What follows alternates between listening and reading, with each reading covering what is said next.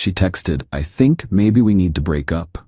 I surprised her by replying, "I agree. Your stuff will be on your porch in an hour." Her follow-up text was a scrambled panic of, "Wait, I was joking." But I wasn't. I, 31 male, was sitting at my desk reviewing quarterly reports when the text came through. Madison, 28, had been playing these games for months, but this was the finale she didn't see coming. "Been thinking. I think maybe we need to break up. This isn't working anymore." Stared at it for maybe 30 seconds. Not shocked, not hurt, just relieved. She'd been pulling this manipulation tactic every few weeks, usually after not getting her way about something. Last time was because I couldn't take a day off work for her friend's random Wednesday pool party. But this time I was done playing. "Me, I agree. Your stuff will be on the porch in an hour." The typing bubbles appeared immediately, disappeared, appeared again, then a flood. "Wait, what? I was joking." "Babe, I was just upset. Call me. This isn't funny. I was testing you, testing me." There it was. The admission. Put my phone on silent and got to work. Not the quarterly reports, the packing. 2 years of her gradually moving in without ever officially living here. Time to reverse that process. Started with the bathroom. Her 17 different shampoos. Why? Face masks, that expensive straightener she had to have. The medicine cabinet looked empty without her stuff. Good. Bedroom next. Clothes she left for convenience. The jewelry box on my dresser. Those decorative pillows that served no purpose except making it harder to sleep. The fake plant she insisted made the room pop. Living room. Her yoga mat. The books she never read but displayed for aesthetics. The blanket that matched the vibe but felt like sandpaper. The framed photo of us from her cousin's wedding. She looked great. I looked trapped. Accurate. Kitchen. Her specialty coffee pods. The juicer used exactly twice. Fancy wine glasses for the wine she only drank for Instagram stories.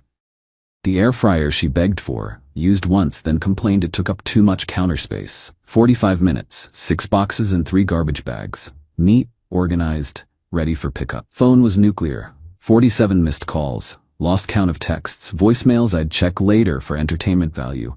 Placed everything on the porch. Sent a photo. Me, everything's outside. Please collect within 2 hours or it goes to the curb for donation pickup. You can't do this. I pay rent. She didn't. She'd chip in for groceries occasionally. By occasionally, I mean twice in 6 months. I'm coming over.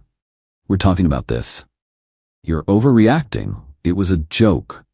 Joke, right? Like when she jokingly threatened to burn my vintage band tees because I went to my brother's bachelor party instead of her work thing. Or when she jokingly posted on Facebook that she was single after I couldn't afford the Tiffany bracelet she wanted. Hilarious. 20 minutes later, her car screeched into my driveway. She was out before it fully stopped, mascara already running. Madison. Banging on door. Open up. This is insane. Through the doorbell camera. Your stuff's on the porch. Please take it and go. I'm not leaving until we talk. Then I'll call the police for trespassing. Your choice.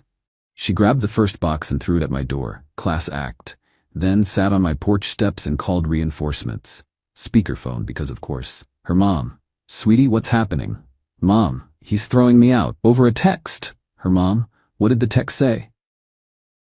Madison. Pause. I maybe suggested we break up, but I was kidding.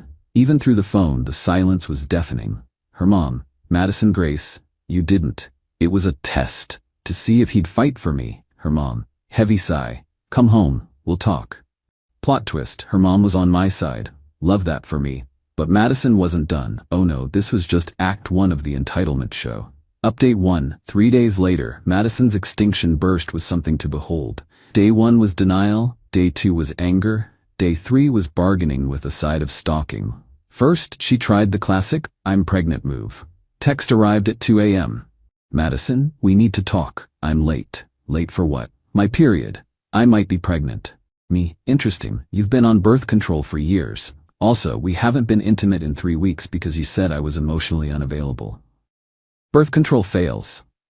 Sure, take a test. Let me know. If positive, we'll handle it through lawyers. You're seriously gonna make me do this alone? You broke up with me, remember? Your decision. Radio silence. Shocker. no pregnancy. Then came the social media assault. Posted a crying selfie with, when you give someone 2 years of your life and they throw you out like trash over a misunderstanding. Her friends swarmed the comments. Men are trash. You deserve better, queen. His loss, babe. But some mutual friends knew the real story. My buddy Carlos commented, didn't you break up with him though? Madison deleted the post within an hour. Next, she tried the possession game. Claimed I had things of hers I didn't return. Her grandmother's ring never existed. A laptop charger, it was mine. Sentimental items, be specific or shut up. Money I owed her, for what? Sent one text, everything you left here was on the porch. You threw a box at my door, then left with it all. I have doorbell footage. Stop. Then she escalated to workplace drama. Yeah, she went there, called my office pretending to be from my doctor's office about urgent test results. Receptionist put her through to my cell, recognized her voice immediately. Me, impersonating medical staff is illegal, Madison. I needed to talk to you. This is harassment. Next contact goes through lawyers. You can't threaten me.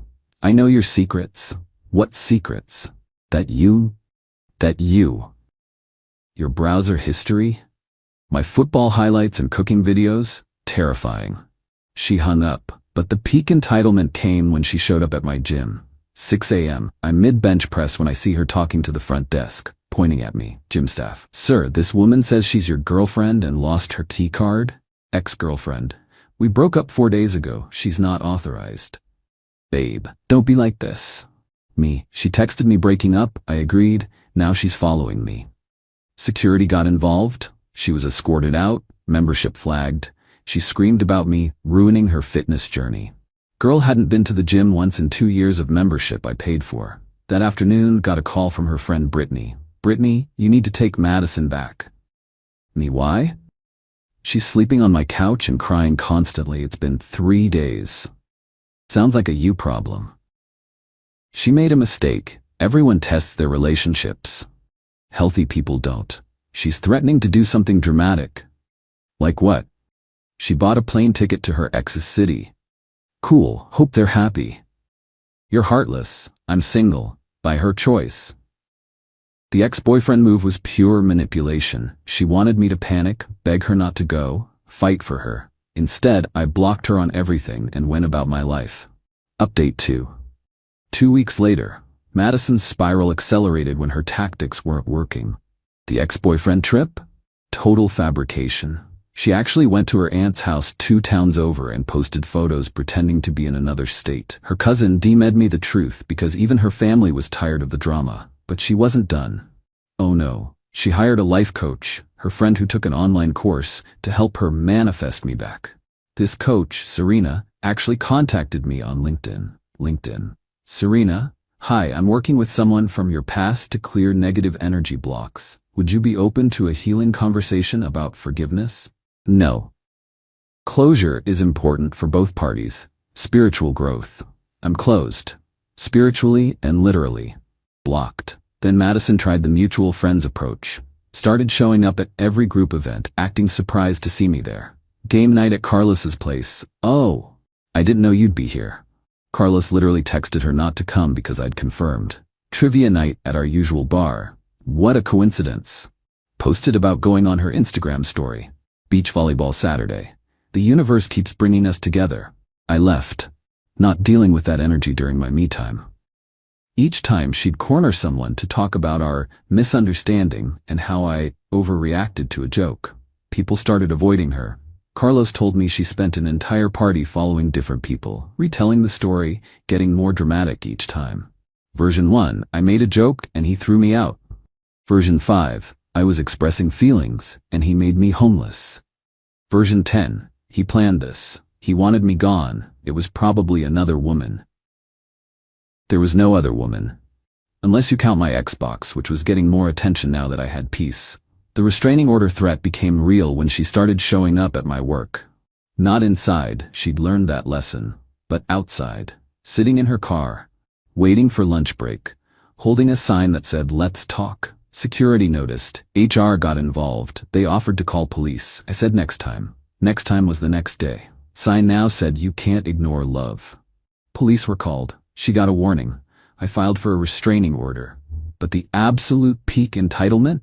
She sent her new boyfriend to talk to me. Yeah, she found some guy named Trent on a dating app, convinced him I was the villain, and sent him to man up and confront me. This poor dude shows up at my door, puffing his chest. Trent, you Madison's ex? Me, yep. You threw her out over nothing? She broke up with me. I agreed. She didn't like that. Trent, she said you were abusive. She say anything about the restraining order? The what?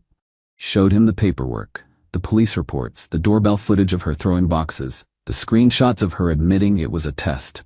Trent stood there, processing. Then bro, I'm sorry. I had no idea. She said you were stalking her. Run, Trent. Run fast. Already am. Thanks for the heads up. He left. Madison called me screaming within 10 minutes. Didn't answer, but the voicemail was chef's kiss.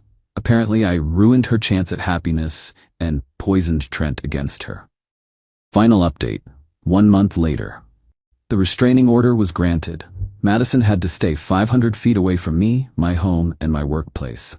The judge read through the evidence, texts, doorbell footage, police reports, witness statements from my gym and office, and actually said, ma'am, you broke up with him. He accepted. Everything else is harassment. Madison tried to argue it was a miscommunication, and I knew she was joking. Judge asked why someone would joke about breaking up. Her answer? To see if he really loved me. Judge, that's manipulation, not communication. Order granted. But even that didn't stop her immediately. She tried working around it, sent letters through mutual friends, returned unopened, had her mom call me, blocked, created fake social media accounts, reported. Showed up at places right when I was leaving, technically 500 feet. The last straw was when she applied to work at my company. Different department, but same building. HR flagged it immediately due to the restraining order. She threatened to sue for discrimination. Their legal team shut that down quick. Through the grapevine, I heard the aftermath. Lost most of her friend group when the full story came out. Brittany kicked her off the couch after the Trent incident. Parents made her pay rent to live at home. Started therapy, court mandated after violating the RO. Lost her job, unrelated to me. She no-showed after the court date. The last direct contact attempt was a letter from her therapist. An actual therapist requests to help with her closure process. My lawyer responded that any therapeutic closure needs to happen without my involvement and within the bounds of the restraining order. 6 months later, life is peaceful. Dated casually, nothing serious. Focused on work, got promoted. Gym gains without drama. Replaced all her decorative nonsense with things I actually like. My place looks like an adult lives here, not a Pinterest board. Ran into her mom at a grocery store last week. Awkward, but civil. Her mom, I'm sorry about everything, Nolan. Madison's working on herself. Me, hope it goes well for her. Her mom, she knows she messed up. The testing thing, I never taught her that. Me, it's done now, moving forward. Her mom, you're a good man. She had a good thing. Me, had, past tense, take care. And that's it. She tested our relationship by threatening to end it. I called her bluff by agreeing. She expected me to fight, beg, prove my love through some grand gesture. Instead, I packed her stuff and moved on. The lesson? When someone threatens to leave to manipulate you, let them. If they wanted to stay, they wouldn't threaten to go. And if it's a test, it's already failed. My only regret? Not doing it sooner. Those decorative pillows really were uncomfortable as hell. Oh, and Madison? Last I heard, she's dating some guy who loves playing those relationship games. They test each other constantly. Break up every other week. Perfect match. Me? I'm testing nothing except my new barbecue recipes and whether I can beat my personal record at the gym. Both going better than any of her tests ever did.